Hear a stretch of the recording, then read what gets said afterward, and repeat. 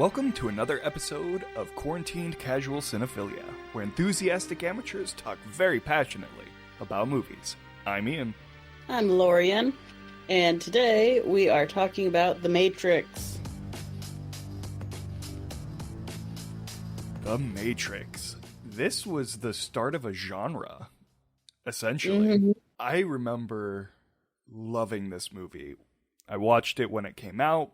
Well, my parents... You watched it when it came out? We were 9 years old.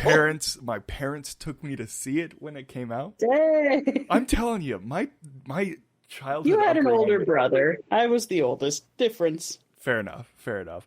But still, I wasn't allowed to watch Simpsons, but I got to watch The Matrix in the theaters, and I got to watch Starship Troopers in the theaters. Sure. I remember my mom... I don't remember this exact scenario, but there was something about my parents having to help my older cousin get into the movie because it was R. Oh, yeah? Like, one of his friend group or something was young, and they needed someone to be like, yes, they can see it. My parents were closest or something. I could be totally misconstruing that memory since I was 9 at the time. But I have a distinct memory about The Matrix being the movie to see, and my cousin needing just a little help to get to see it. That's kind of awesome. Ugh. Why is it rated R? I don't know. Watching it compared to, nowadays stuff, is it really any worse than Endgame? No. I don't feel it is. No, it's not. There might be swearing. But I don't even remember anyone... I don't remember anyone saying anything too heinous. I don't remember any F-bombs. I watched it, today. Right. Well, yeah, half of it yesterday, half of it today. Interesting choice. Don't judge me. Judging you. But yeah, I just don't understand why it's rated R. I don't know. There are some weird, borderline horror movie imagery in it, with the robots, but that's about all I can think. Yeah, I don't know. But that being said, with the borderline horror imagery of the machines and stuff like that, this movie has held up really well for being a 21-year-old movie. Yeah, it's held up shockingly well. Yeah, the graphics are still solid. I was expecting it to have that 90s high concept corniness to it. Sure. That a lot of movies from the 90s had, the 80s and the 90s, that were trying to be cooler, the cool movie. But no, it's very grounded in its philosophies. Yeah, everything about this movie, I was just digging it as I was rewatching it. It's probably been a few years, probably good 5 or 6 years since I've watched it. So it was kind of a nice refresh for me. My friends and we went on a Matrix spender last year and watched all of them a bunch. That's awesome. So, you're like, let's do Matrix first. And I was like, no, I just watched that. But it's always good once you get back into it. Yeah. I had to drag my feet a little to start it, but it is a good movie. Yeah, that's the thing about it, is it does have a slow burn at the beginning. But once it gets going, it just keeps going. It's well paced. Even the beginning, even the slow part, holds your attention. Yeah. I could imagine this, having watched it for the first time, this being just an absolute mindfuck. Sure. When I first watched it as a kid, I did not get any of the concepts. I was 9 when it came out. Right. But having watched it, previously older, and then now, these are pretty intense concepts. And the thing that always gets me is when he oh, by the way, spoilers for a 21-year-old movie. This movie's old enough to drink. You should have seen it by now. Anyways, the scene that always gets me, and it makes me giggle, but it's always just a moment, is when Neo sees the Oracle for the first time. And they have that little mindfuck moment with the kid and the spoon. Like, there is no spoon, which has been memed to death, even before memes, quote unquote, were a thing. Sure. Like, there is no spoon. But when he first talks to her, she says, "Oh, don't worry. You can have a cookie. I'll offer you a cookie. You won't take it. And don't worry about the vase." "What vase?" And he tips it over and cracks it. He goes, "Oh, I'm sorry." And she's all, "I said, don't worry about it. Now, what's really going to bake your noodle is would you have broken it if I didn't say anything?" And I was like, oh, shit, that's intense to think about. Like, everything about this movie I just enjoy.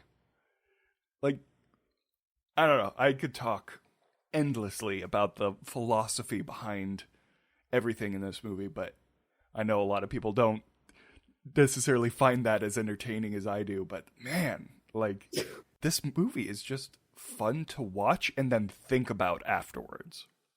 Sure.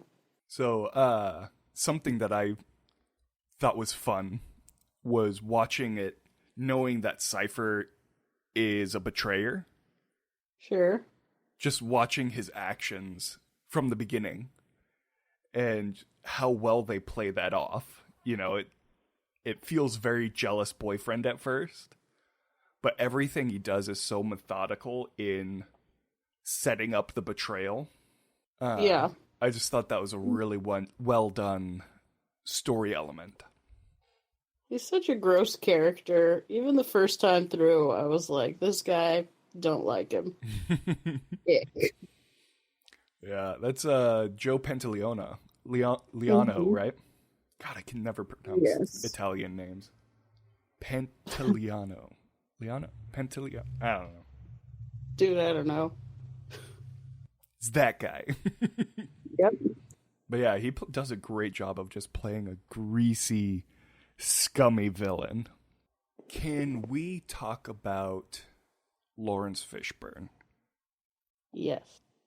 I feel like he is literally the epitome of cool in this movie. From his wardrobe to the way he walks and talks. You know, I got a pair of those sunglasses that he had in the early 2000s. Sure. They ended up giving me a migraine because the way they work is they just clamp onto your nose. Yep. And so just having constant pressure on my sinuses was not the best thing. But damn, did I look cool for a minute. All of the sunglasses in this film were handmade individually for each actor. The sunglasses contract on this film was, like, contested. Like, people were vying for it because the sunglasses were going to be enough of a feature.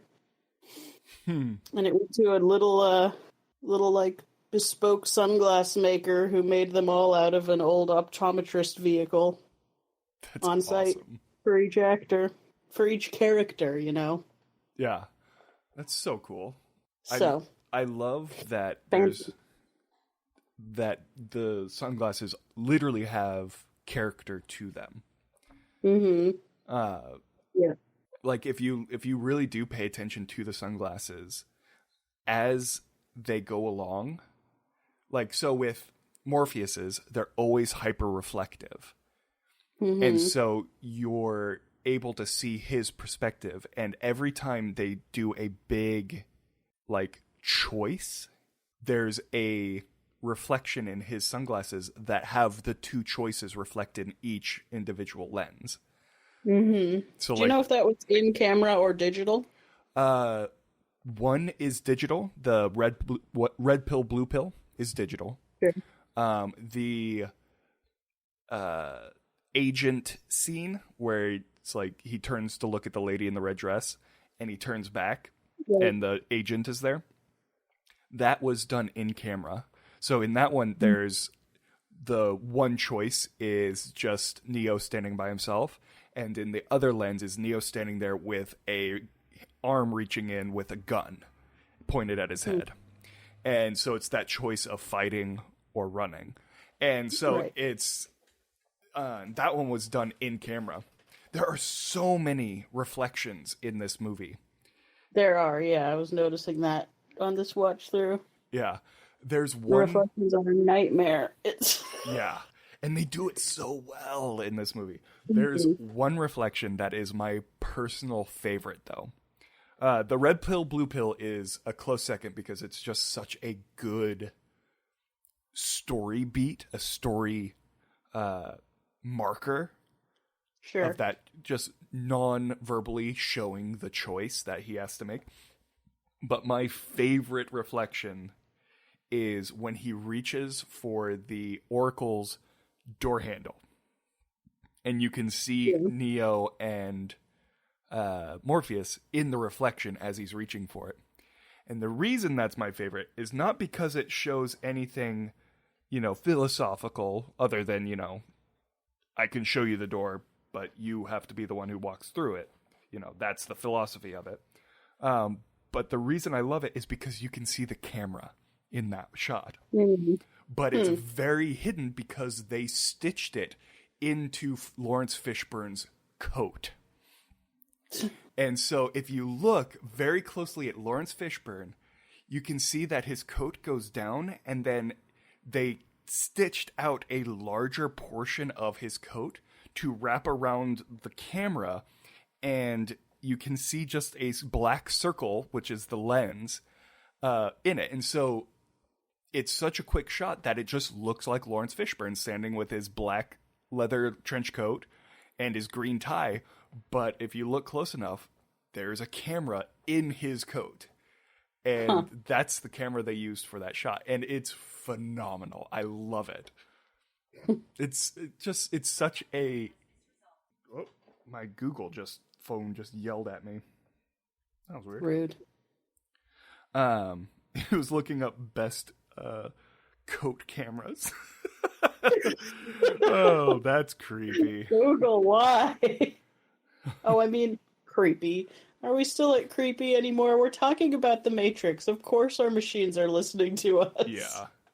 Well, what's that old... It's a pretty old meme now, but I love it. It's like in the 60s, it's like, you have to be careful what you say on the phone because it might be wiretapped.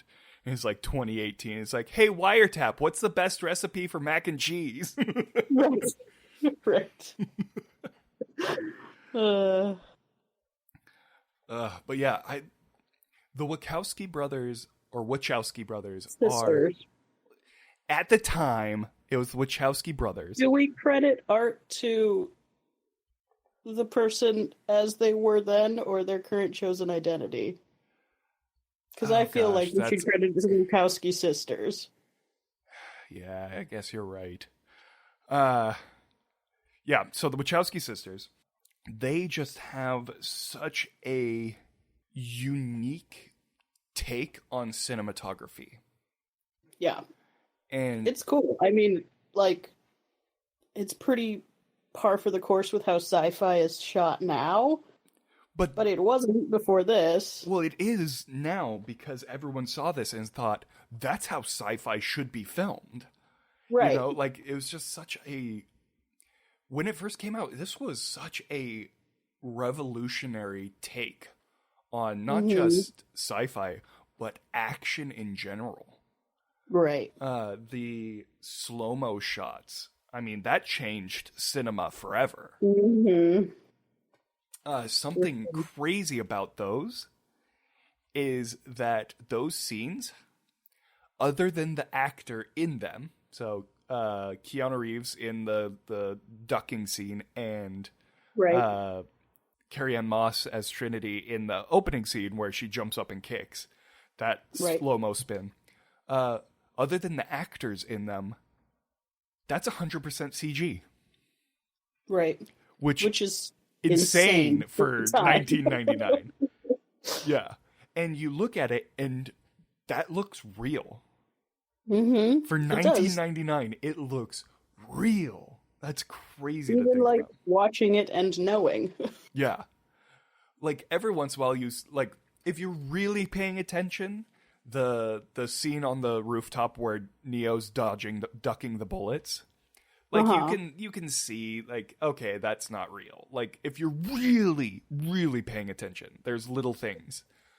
But like the scene where Trinity jumps up and kicks the police officer, like that is, I would challenge someone to find something in that scene that gives away that it's CG, because I was looking for it and I couldn't find anything. It just looked so good. Mm-hmm. Yeah. And the scene where Keanu Reeves and Lawrence Fishburne are martial arts fighting. And every time someone gets knocked to the ground, mainly Keanu Reeves, both of them change their fighting techniques. Mm-hmm. And through the whole fight, there's like 8 martial arts techniques put on display. And it's like, that's such good filmmaking and also extreme dedication by Keanu Reeves and Lawrence Fishburne, you know? Well, they all had like 4 months of fight training before this movie, which is an insane amount compared to a normal production. Yeah. Yeah. It just, well, and it shows, you know? Because none of the fight scenes felt clunky. Right. Every fight scene felt fluid and it felt impactful. The punches felt painful. Right. You know, it was a I could sing the praises of the Matrix all day long. Fun little fact that I learned a while back. You know the character Switch? Mm-hmm. So that character was originally written as transgender. Yeah. So I'd heard. Yeah, so the character was supposed to be, I think, female in the Matrix, but when in the real world it was going to be a male character, or vice versa, one or the other. But that was why they were called Switch, was because, you know, when they went into the Matrix, they switched genders. They were transgender. And they ended up changing that because 1999 wasn't quite ready for that, I think. I think and the budget of hiring 2 actors versus 1. Which, yeah. I think is what the studio cited it as. Yeah, but I mean... It is interesting, and I don't know. I mean, I haven't heard any interviews with the Wachowskis, but if you watch Matrix through the lens of the directors being transgendered and not yet through that journey, there are things to watch for in this movie. I would be interested in seeing an interview where they were asked what decisions they think were made for their own, like, personal journey that they didn't realize at the time, like watching the movie back themselves. Yeah. I'd be very curious. There are beats in the movie where you could be like, you know, I could see that either being an intentional or totally subconscious choice made here. Yeah. No, totally. I could totally see that. I'd be very curious to hear an interview with them about this. Are the Wachowski sisters back together again? Because I know they had a falling out a while back. I don't know. Like, yeah, during the Matrix era. Like, because Matrix Reloaded was then directed by only one of them, and then the third Matrix, what's that one called again? It's Matrix Reloaded, and my brain just wants to go Matrix Requiem. But it's like, that's not right. Nope. You're the one with the computer to check. I'm looking it up on my phone again.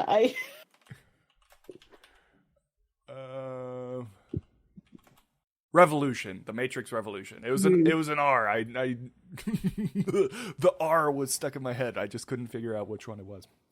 But yeah, Reloaded was directed by one. Requiem is a real dark movie. Matrix 4, Requiem for a Dream. Oh God, no. God. No, I could live my whole life without ever watching Requiem for a Dream again.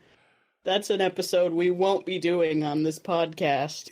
God. Well, and talk about an absolutely beautiful, poignant film that I never want to watch ever again. Yes. Well, I've seen it at work so many times in such a traumatic setting that I'm done. Yeah. No, yeah. That's all. Yeah. Even when It's the a music powerful comes on. therapeutic tool, and I'm done with it. Yeah. Even when I hear like the music come on my Pandora, like my cinematic Pandora, it's like, Ugh. it like just instantly makes me feel dirty and I have to change the song. It's like, ugh, no, thank you. But the music for The Matrix, on the other hand, is still banging. It's like, huge. I love it. Like, I will still, no matter what, if I need to like get hardcore in a video game or if I need to work out, I'll put on the lobby song. Mm-hmm. Ding, ding, ding, ding, ding, ding, ding, ding, ding, ding. Like, it's just so good.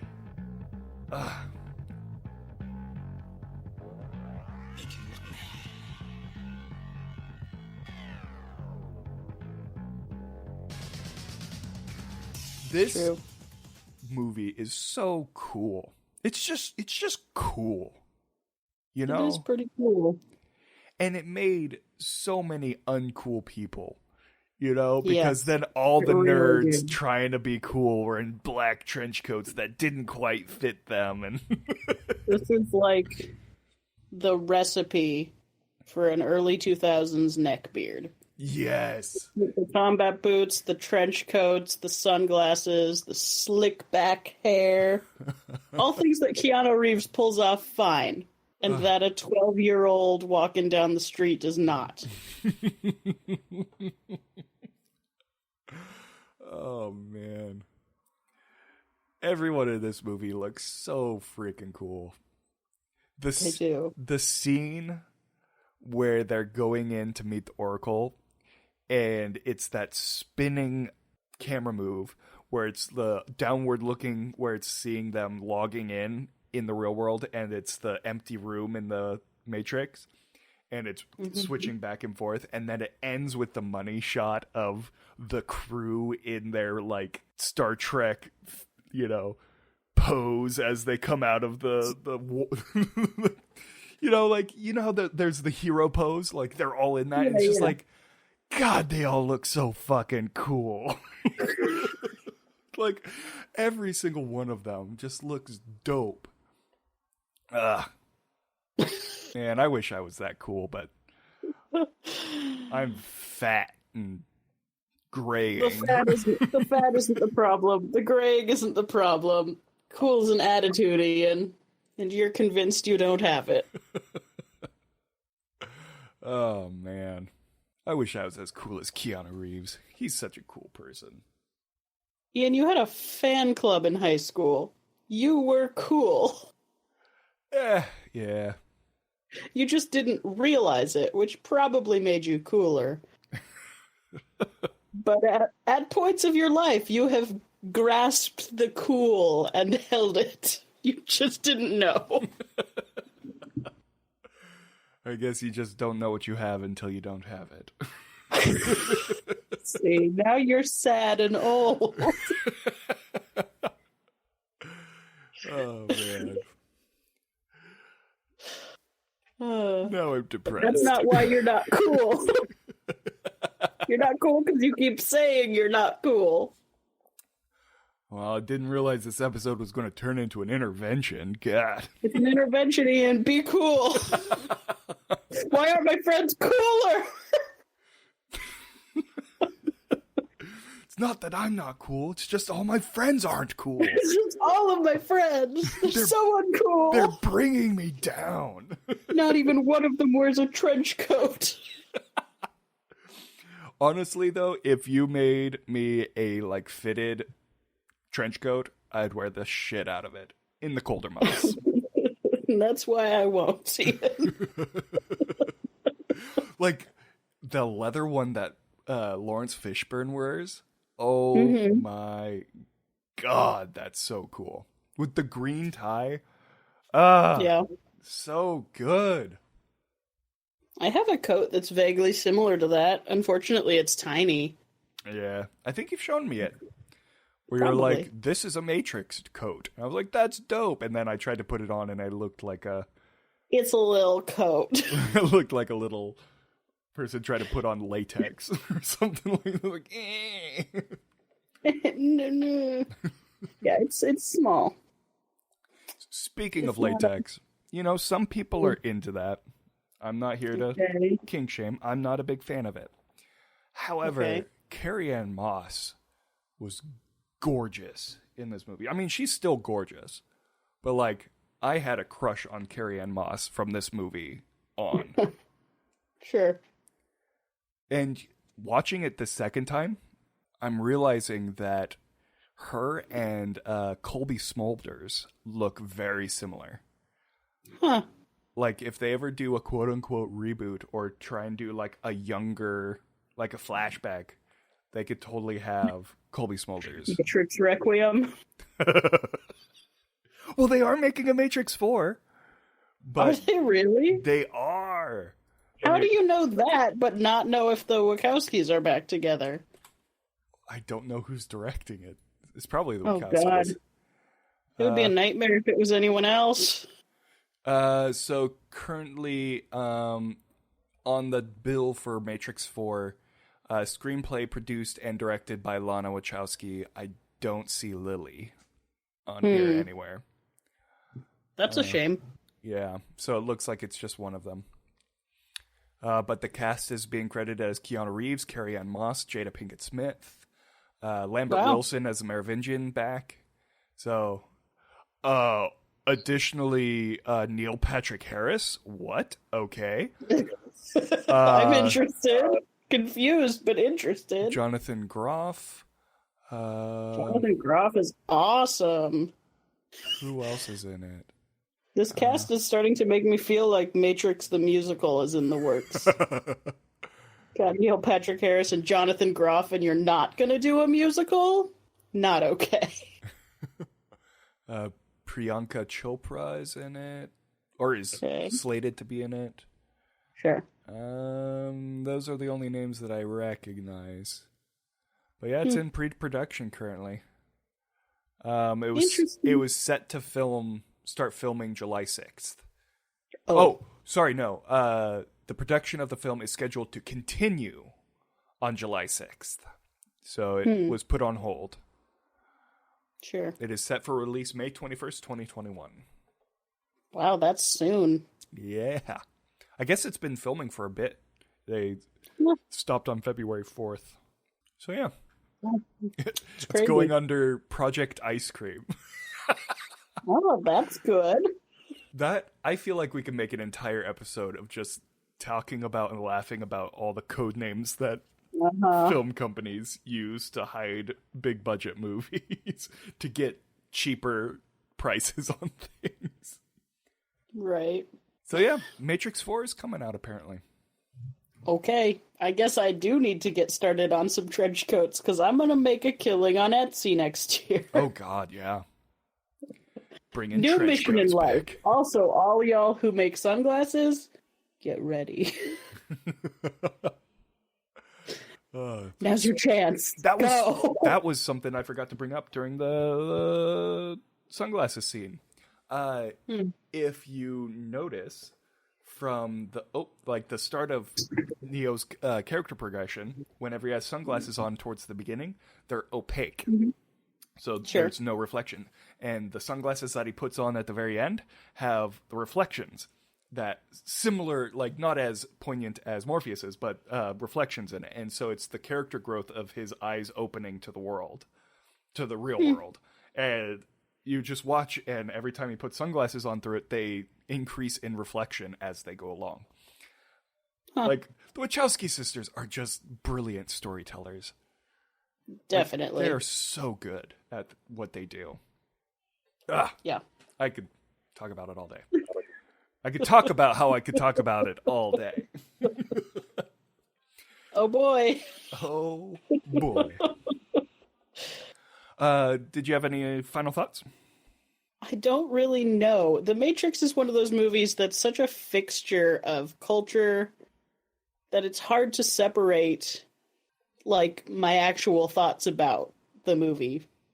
Yeah. Do you know what I mean? I kind of do, yeah. Like, I saw it probably junior high or high school, not right when it came out, but like that's a long time ago. That's your formative years. Mm-hmm. So this movie's just sort of part of my life now. I don't know how to separate it as a film from it as just a presence in my world. Kind of like just being a part of the modern zeitgeist kind of thing. Sure. Yeah. It's kind of how it was for Rachel watching Star Wars. Hmm. Where it's like the original trilogy, watching it, it's like watching it for the first time, she already knew about most of it, even though she had never watched it before, because it's so ingrained in modern culture. Yeah. And I feel like The Matrix is on that same level. Right. Whether people know it or not. Oh, it definitely is. Yeah. That's exactly what I'm trying to say. Yeah. Like, if you've never seen The Matrix, go watch it. It will be insane how much of it you recognize from it leaking into the rest of culture. Yeah. Also, if you've never seen The Matrix, what are you listening to us for? Do you even like film? Why would you listen to us if you don't like film?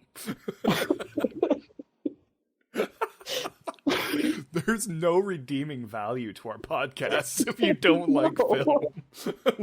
We are not enjoyable people. We're not cool, guys.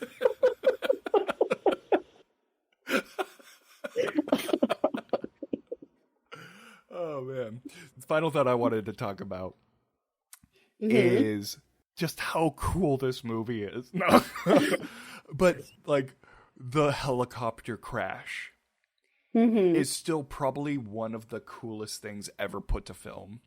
The ripple effect of the Matrix trying to figure out what the hell's going on and then realizing, oh, it's crashing, and then exploding is such a cool thing. And what I love even more about it is it shows, like, that whole scene is about Neo coming to grips with the fact that he is the one and then believing it.